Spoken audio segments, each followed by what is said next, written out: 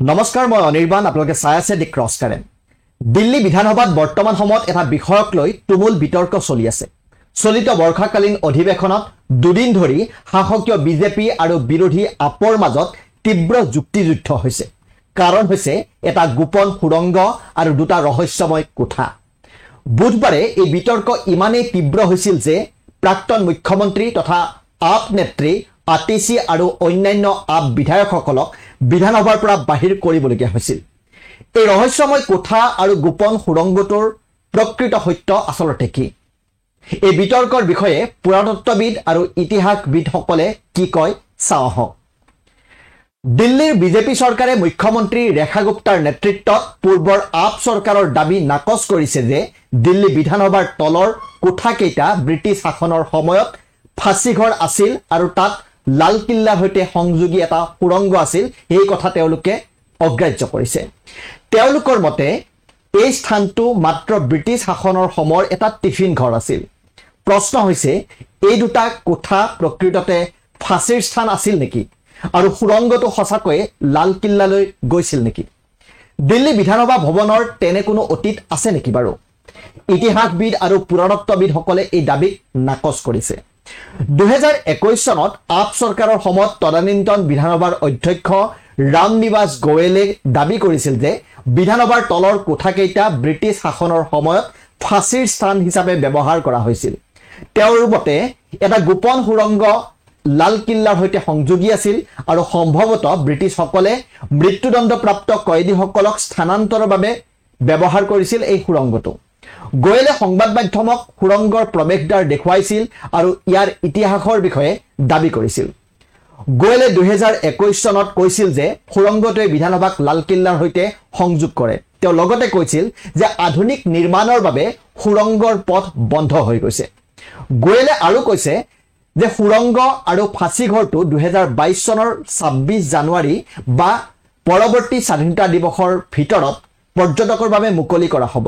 2022 চনত এই কোঠাকেইটাক জনসাধাৰণৰ দৰ্শনৰ বাবে সজাই পুৰাই তোলা হৈছিল আৰু দেশৰ স্বাধীনতা সংগ্ৰামীসকলৰ ছবি দেৱালত স্থাপন কৰা হৈছিল। বৰ্তমানৰ বিজেপি চৰকাৰে মুখ্যমন্ত্ৰী ৰেখা গুপ্তাৰ নেতৃত্বত এই দাবীক ইতিহাসৰ দৃষ্টিকোণৰ পৰা অসত্য বুলি নাকচ কৰিছে। তেওঁলোকৰ মতে এই স্থানটো টিফিন পৰিৱেশনৰ বাবে ব্যৱহৃত এটা কোঠা আছিল, কয়দীৰ বাবে নহয়। গুপ্তাই দাবী কৰিছে যে কেজৰিৱাল চৰকাৰে এই কোঠাক জেলৰ দৰে দেখুৱাবলৈ 1 কোটি টকা খৰচ কৰিছিল।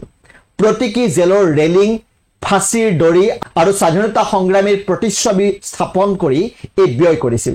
বুধবাৰে তেওঁ ইয়াক ইতিহাসৰ গুৰুতৰ বিকৃতি, শ্বহীদৰ অপমান আৰু জনসাধাৰণৰ বিশ্বাসৰ সৈতে বিশ্বাসঘাতকতা বুলি অভিহিত কৰিছিল। তেওঁ বিধানসভাত কৈছিল যে এই গঠন ভাঙি পেলোৱা হ'ব, আনুষ্ঠানিকভাৱে ইয়াৰ তদন্ত আৰম্ভ কৰা হ'ব আৰু এটা গোচৰ ৰুজু কৰা হ'ব। ইপিনে প্ৰাক্তন অধ্যক্ষ গোৱেল তেওঁৰ দাবীত এতিয়াও অটল আছে। তেওঁ কৈছে যে তেওঁ আৰ্কিঅলজিকেল ছাৰ্ভে অফ ইণ্ডিয়াক 3বাৰ চিঠি লিখিছিল, গঠনসমূহৰ পৰীক্ষাৰ অনুৰোধ জনাইছিল, কিন্তু তেওঁ কোনো সঁহাৰি নাপালে। এই সকলো অভিযোগ আৰু প্ৰতি অভিযোগ ৰাজনীতিবিদসকলে কৰি আছে, কিন্তু ইতিহাস, পুৰাতত্ত্ব আৰু ঐতিহ্যৰ বিশেষজ্ঞসকলে ইয়াক লৈ কি কয়? দিল্লীৰ এই ভৱনটো 1912 চনত ব্ৰিটিছ ঔপনিৱেশিক শাসনৰ সময়ত কেন্দ্ৰীয় বিধানসভা হিচাপে নিৰ্মাণ কৰা হৈছিল। 1947 চনত ভাৰতৰ স্বাধীনতাৰ পাছত 1950 চনলৈ ই সংসদ ভৱন হিচাপে ব্যৱহৃত হৈছিল। পাছত 1990ৰ দশকত দিল্লী বিধানসভাৰ সৈতে এটা কেন্দ্ৰীয় শাসিত অঞ্চল হিচাপে গঠন কৰাৰ পাছত ই দিল্লী বিধানসভা হিচাপে ব্যৱহৃত হয়। দিল্লীৰ ইতিহাসবিদ ৰাণা চৌধুৰী, যিয়ে দিল্লীৰ মধ্যযুগীয় অতীতৰ ওপৰত কেইবাখনো কিতাপ লিখিছে, তেওঁ 2021 চনত অধ্যক্ষৰ এই দাবীক নাকচ কৰিছে। চৌধুৰীয়ে কয়, দিল্লী বিধানসভা ভৱন 1912 চনত নিৰ্মাণ কৰা হৈছিল আৰু এটা সুৰংগৰ যি লালকিল্লাৰ সৈতে সংযোগ কৰে সেয়া অতি অসম্ভৱ। এই কথা ইণ্ডিয়ান টুডেত ইতিমধ্যে প্ৰকাশ হৈছে। তেওঁ আৰু কৈছে, লালকিল্লা 1639 পৰা 1648 চনৰ ভিতৰত নিৰ্মাণ কৰা হৈছিল। তাত যিকোনো নিৰ্মাণ কাৰ্য সুৰংগকে ধৰি প্ৰথম 100 পৰা 200 বছৰৰ ভিতৰত হৈছিল। গতিকে আৱিষ্কৃত সুৰংগটো নিশ্চয় অন্য কোনো কাৰণত আছিল আৰু ই বহুত চুটি। ই লালকিল্লালৈ সংযোগী হ'ব নোৱাৰে।